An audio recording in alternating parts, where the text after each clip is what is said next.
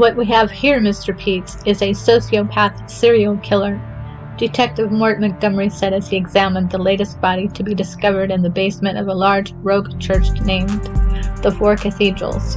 The church had been built near the edge of town right next to a large wooded area in the small town of Langston. The Four Cathedrals was pastored by Reverend Scott D. James. Neither he nor the church followed any rules of any organized religion. Dozens of people who lived in Langston questioned Reverend James' ethics, and some even went so far to call him a cult leader and the church members a cult. The fancy church that was built in late 2018 had two small cathedrals, a medium-sized cathedral and a large cathedral, and had more than 300 active members. It resembled a four-turret castle more than a church from the outside, but the inside of the church and the cathedrals were ornately decorated with gold carvings and fixtures. Detective Mort Montgomery was 45 years old and had dark brown hair and hazel blue eyes. He looked at the latest victim's face, and then he looked up at Mr. Calvin Peets, who was standing next to the young woman's body. She was the third murdered woman who was found in the basement of the church. She had long, light brown hair and brown eyes and looked to be in her early 30s. The victim was partially clothed and had large bruises on her neck that appeared to be made from a large pair of hands that had been wrapped around her neck until her life dwindled away. It was the same MO for the other two women. "Would you like to tell me why you are always the one who manages to find the body?" Mort asked. Mr. Peets looked down at Mort. He was silent until Mort stood up, crossed his arms, and stared into his eyes. Mr. Peets was already nervous before he had found the body, but now he was visibly shaken.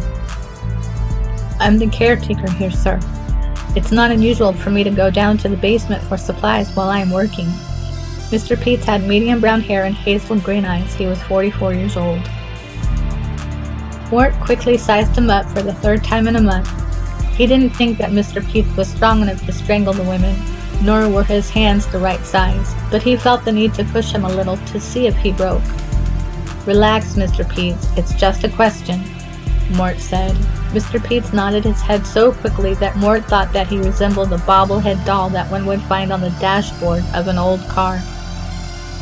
Photographs of the body and the crime scene had already been taken by the police photographer Ken Nelson.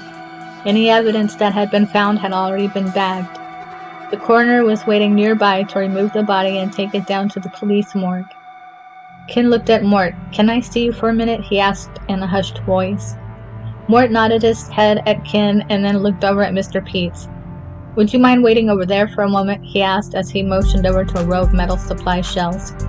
Mr. Peets nodded twice and made his way to the shelves and waited. Mort looked at Ken. "Shoot." Ken smirked. He had dark brown hair and blue eyes and was 45 years old. He had known Mort for over 20 years and loved how he always managed to find a way to use the pun, shoot. It worked for both of them since they were cops, and for Ken since he was a photographer. Ken and Mort had both joined the Langston Police Department when they were 21 years old. "I think that we should put a camera down here for the next one," Ken said. Mort shook his head. Reverend James already vetoed that idea. Ken raised his eyebrows. "Maybe he is the killer," Ken said in an even lower whisper. "Have you seen how large his hands are?" Ken held up his hands. Mort nodded his head. "I've seen them." "And he seems a little off," Ken added with an even softer whisper. Suddenly, loud laughter filled the basement. Sarah Burns, who was hiding in the corner next to a tall, tan metal supply cabinet that was to Mort's and Ken's right, had burst out in laughter upon hearing Ken's comment about Reverend James. Mort, Ken, and Mr. Peets all looked over at her. While no one even knew that she was there, Mr. Peets was very familiar with Sarah's idiosyncrasies and emotional outbursts. He walked over to Mort and Ken and stood next to them and the body as though he were protecting Sarah from coming over to it. Sarah had been living behind the church since she was 10 years old. She was found wandering the streets, unable to speak, when Reverend James took her in and gave her a place to stay in one of the 30 rooms that were in a 3-story house that was behind the church. More than a half a dozen young women who had nowhere to go resided there, as well as Reverend James. In the past, the house had been used as a large bed and breakfast. Sarah had short, light brown hair that was cut in a page boy style and light brown eyes. She was now 25 years old. She was able to laugh, giggle, and to make other sounds, but she was still unable to speak. Several doctors had examined her over the years and were never able to find a physical cause, so they chalked it up to some type of buried emotional trauma from her past. Mort looked at her and then at Mr. Peets. "How long has she been down here?" Mort asked, a little annoyed at himself for not noticing that she had been hiding there in the dark. Mr. Peets shrugged his shoulders. "I didn't know that she was even down here, or even in the church at all tonight." Mort looked at Sarah and asked gruffly, "How long have you been down here?" The smile on Sarah's face quickly faded into a frown. "She can't talk," Mr. Peets interrupted. Mort looked at Mr. Peets. "Can she understand what we say?" he asked. Mr. Peets nodded. "Very well." Ken and Mort looked at Sarah and then at Mr. Peets. "Ask her how long she has been down here." Mr. Peets nodded at Mort and then looked at Sarah. "Sarah, how long have you been down here?" he asked with a kind tone of voice. Sarah looked up at a large clock that was hanging on the wall next to the supply shelves.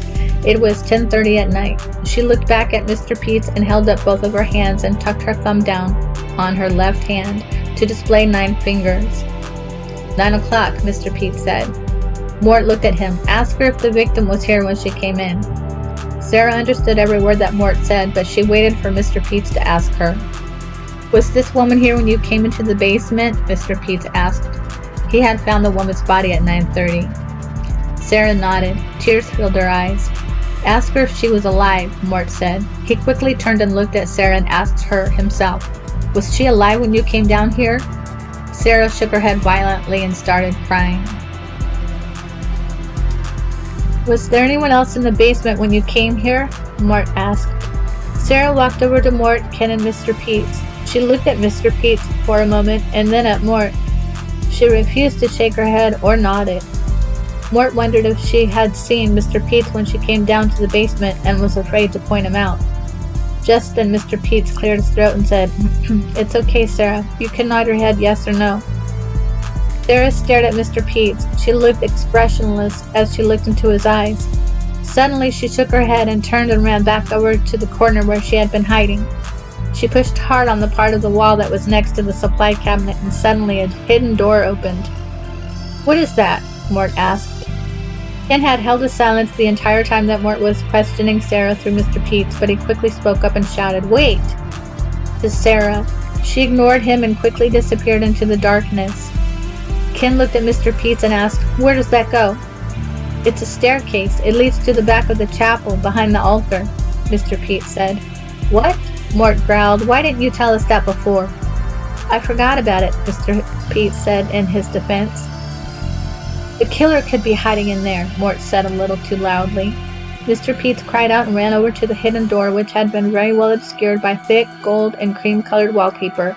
One could barely see the cracks around the door unless they were standing right in front of it. "Stop!" Ken shouted.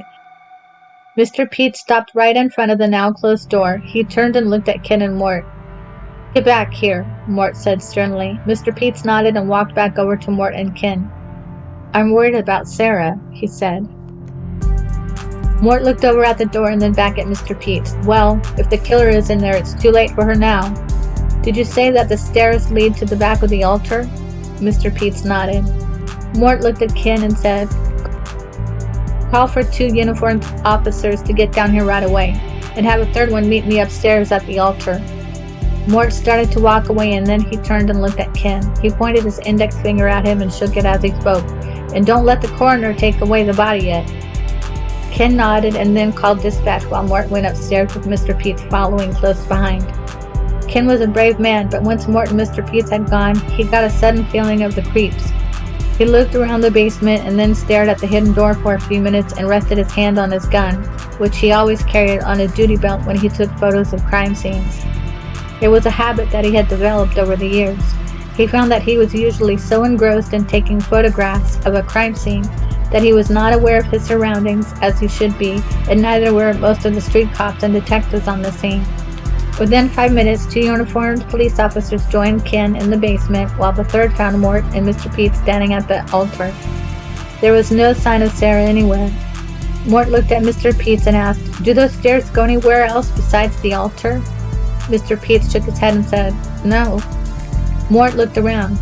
Well, we didn't see her when we first got up here, so either she is still on the stairs, or she ran through one of those doors, Mort said as he looked over the pews at 3 doors that were across the room.